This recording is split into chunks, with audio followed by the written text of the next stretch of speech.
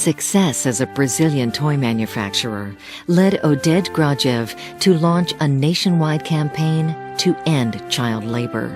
He has since become one of the world's leading advocates for corporate social responsibility and a champion of people's ability to create change. We must not forget that power today is concentrated in governments and a great deal in businesses. Now, governments and businesses depend on people.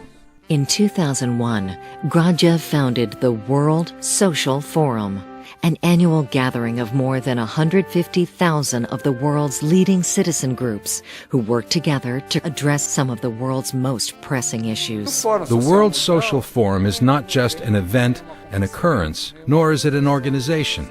It is a process. It is a process of forming ideas of another society, another world. In this program, he describes how the World Social Forum has grown and generated hundreds more gatherings worldwide, each expanding this powerful new model for social action. He offers his experience on how to stimulate systemic change in the way we live, work, and govern.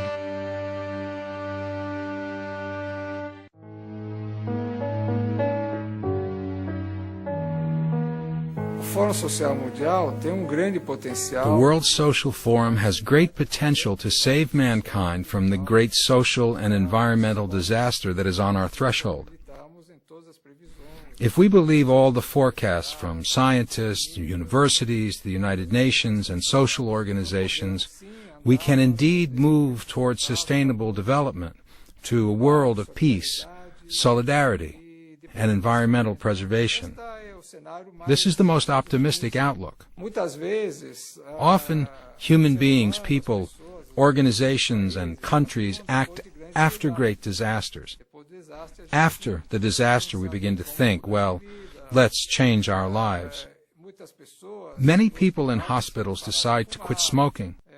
Many people decide after their child leaves home to have a better relationship with their children. Many businessmen, after great problems, decide to change company management. In the case of mankind, if the disaster happens, there won't be actions afterwards, because the disaster is a disaster of enormous magnitude. The great challenge, the great risk of the World Social Forum movement is for it to become a movement and a process already known and traditional in the other world, this current world that we already know, and not to be the movement of another transforming world. This is a great risk that exists for any social organization, any social entity that intends to be a transforming entity. Social organizations, the great transforming social entities, are always created by a small group, usually very idealistic, very bold, very creative, that manages to build a transforming organization. Often that organization begins to gain recognition, to grow. And the great risk is for the energy that was directed toward that mission to begin little by little to turn to the actual organization. The question is no longer what is good for achieving that mission, but what is good for the welfare of that organization. The organization becomes an end in itself, and the mission ends up being more and more forgotten. Another great risk is to transform the energy that was directed toward the mission into energy for the political struggle to control the organization. Another great risk is when the organization grows and is acknowledged. Doors begin to open. There is more space and recognition, which makes the organization become more and more conservative, more like the establishment, because it doesn't want to lose its recognition.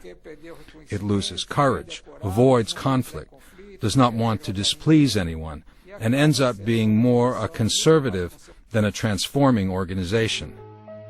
They are risks that involve not only the World Social Forum, but, I think, any social organization that has the idea and the mission to be transforming and improve the world.